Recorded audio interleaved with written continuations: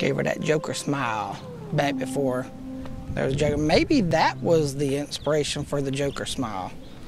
Probably not, but who knows? It's a weird story. It's Hollywood. It's the Joker. So maybe so.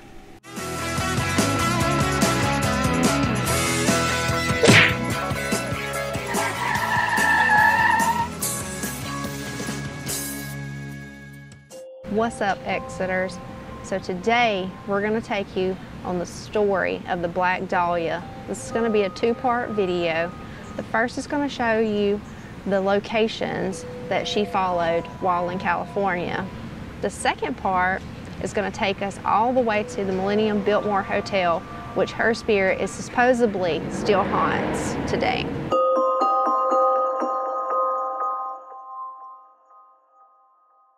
All right, so the Black Dahlia, better known as Elizabeth Short, was born July 29, 1924 in Boston, Massachusetts. Did I say that right?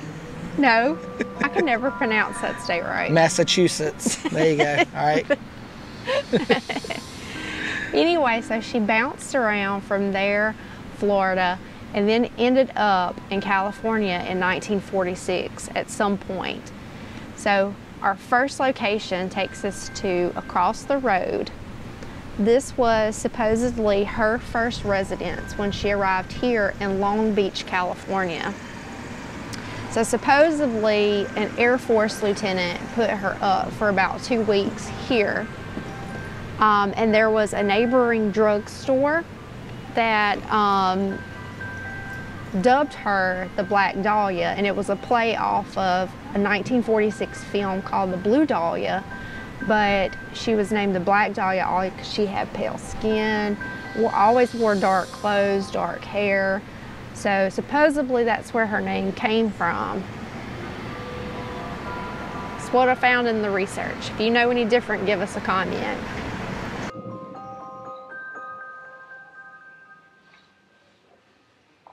So basically we're going to do this super quick because school's in right now, so I'm not really sure if we can get into trouble. I'm pretty sure we probably could, but there's no children out here, so you know. So basically Elizabeth Short did an amateur photo shoot here. She sat right there on that, because if you notice, like in some of her old pictures, this right here, the circle was in the picture, and also that pole was in the background of her picture. Flagpole. So she would have sat like right here.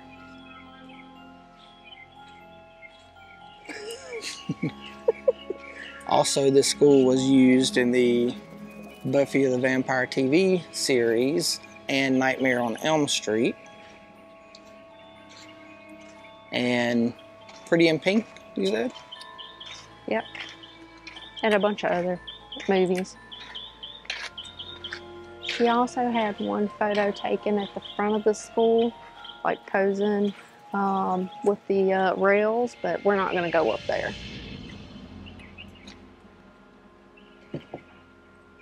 They just came and closed the door. Probably because we're out here filming, so.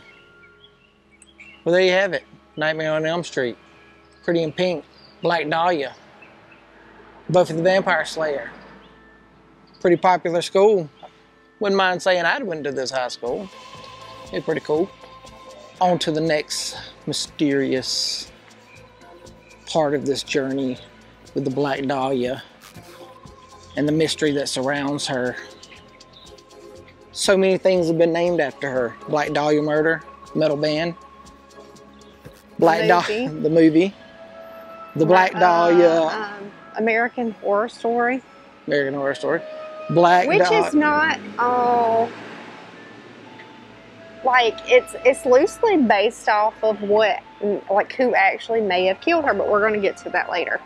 Also, the Black Dahlia drink, which if you don't know what that is, or the Black Dahlia murder drink, you take Red Bull. It's basically a Jaeger bomb, but you take Jaeger, you take Red Bull, or whatever, and you put on some metal music, You take a sip of the Jaeger, you take a sip of the Red Bull, and then you mix it together in your mouth by headbanging. If you haven't tried that before, try it. Shout out to Mr. Josh Freeman for always hooking us up with that at parties. It's always fun, and it gets you lit pretty quickly. So.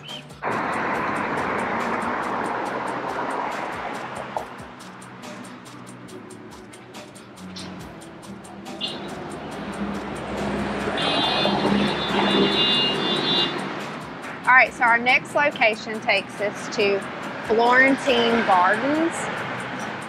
So it's rumored that, you know, like Elizabeth Short may have worked here. So of course, when you come to this area, being as young as she was, 22 years old, you're an aspiring actress. You're gonna wanna go to the trendiest nightclubs, rub the elbows with the famous people, you know, try to get your name out there. So that's what she did. So she hung out here a lot, and like I said, she was rumored to have worked here also. But this was a nightclub back then. Yeah, you can still see the canopy where they would have had a canopy over this railing. And also, not only did she hang out here, but in the back, she lived for a short time in a bungalow. And she also, it's rumored that she dated the owner.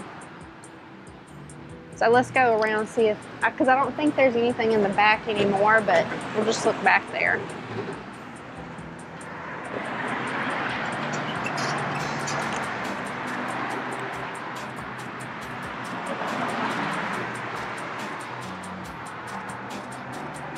Pretty good sized parking lot.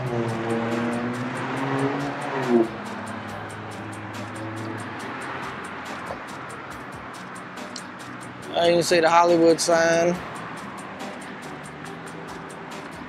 See if I can zoom in.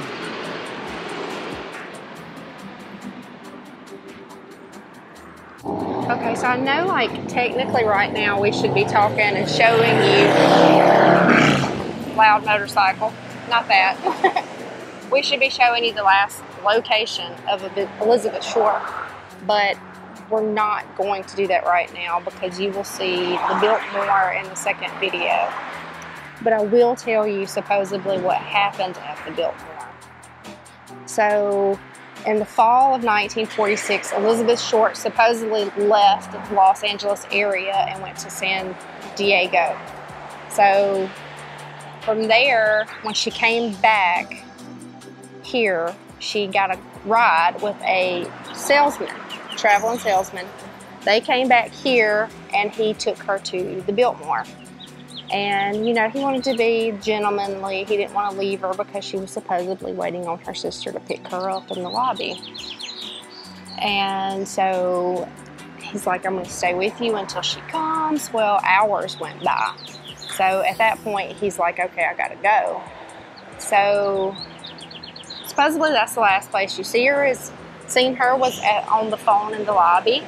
So maybe had he left her that earlier, you know, she could have walked to wherever she was going to meet whoever during daylight hours. But since he chose to be that gentleman, she had to walk late at night on the street by herself.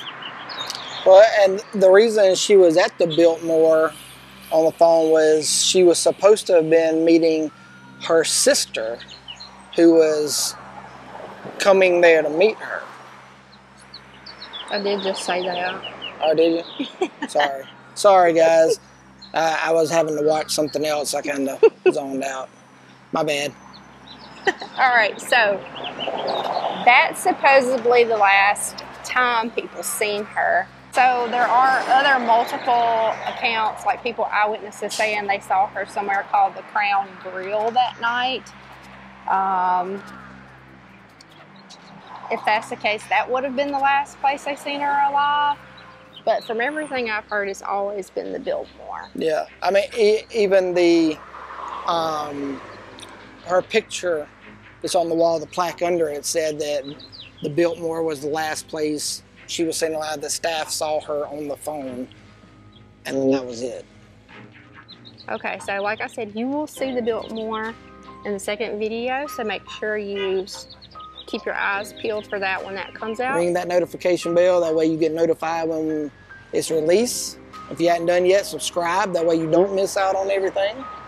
So for right now, basically, when she was killed, like her body was found, there were over 100 people that were suspected to doing this heinous murder.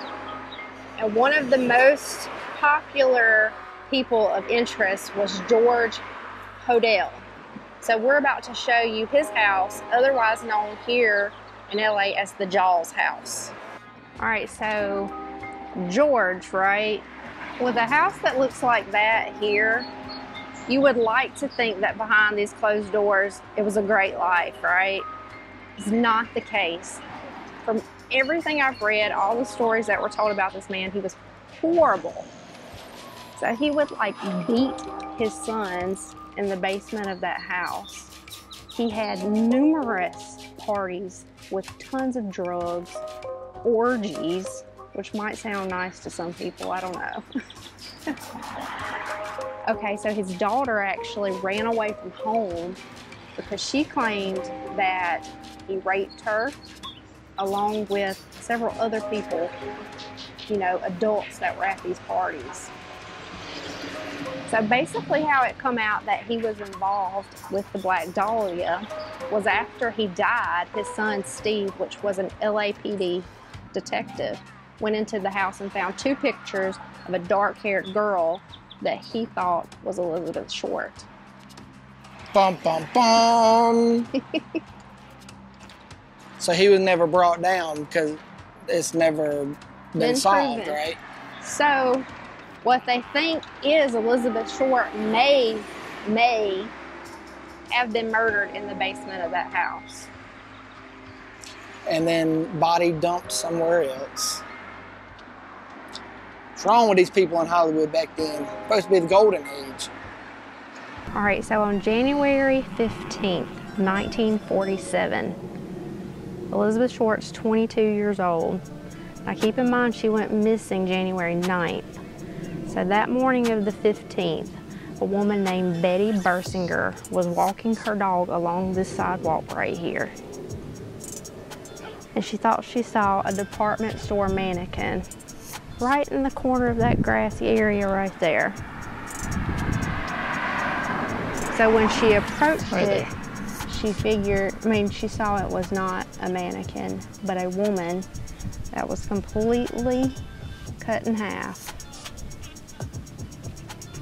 So the only thing at the time that was here, this was all a field. But that fire hydrant right there is still original from the photos that you can see in at the crime scene. The sidewalk was here and the driveways were here.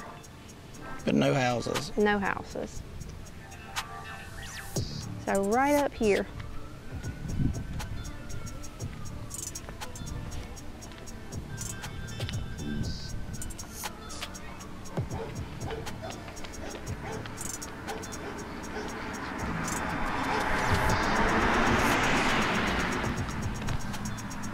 So here's the fire hydrant.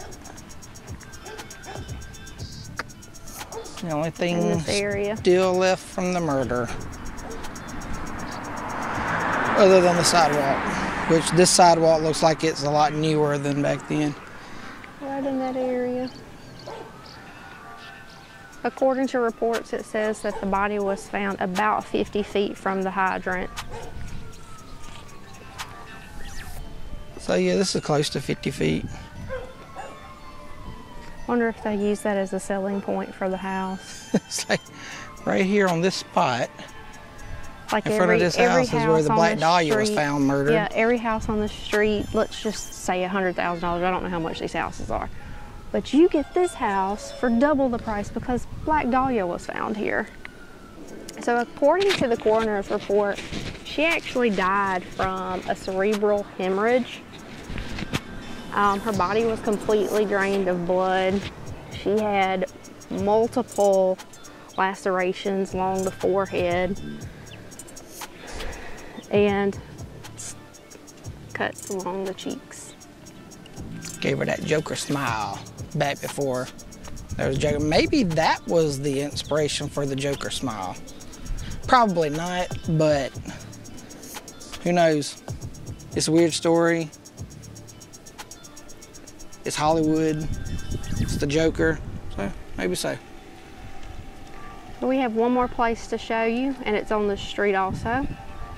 It is the latest, like the most recent person, not like recent like yesterday, but you know, like along the investigation, who they thought might have killed her. All right, let's go check that out.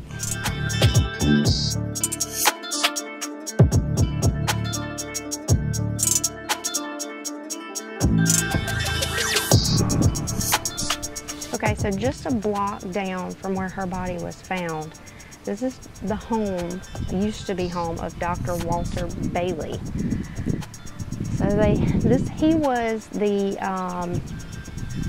one that they suspected, you know, what word am I looking for? Suspect? But like, after all these people were suspected, he was like the one that came last, basically. He was the primary suspect? Well, no, he was just the one that they suspected last after all these other people. Okay. So basically, this was a prominent doctor in the area, and it came out that he was like, his mind was deteriorating at the time of her death, and they discovered that Elizabeth Short was friends with his daughter at the time. So that's how he had a connection with her. Ah, okay. So surgeon, the way the incisions were cut, they said it had to be somebody that knew what they were doing. Yeah, she wasn't just hacked open with a saw from the dollar store back then. So, and also one other thing that was kind of key to tying him to her is his primary practice was only a few blocks from the Biltmore Hotel. Interesting. Things unfold quickly here on this mystery extravaganza of the Black Dahlia. Bum, bum, bum! All right, so that concludes our Black Dahlia video for this part.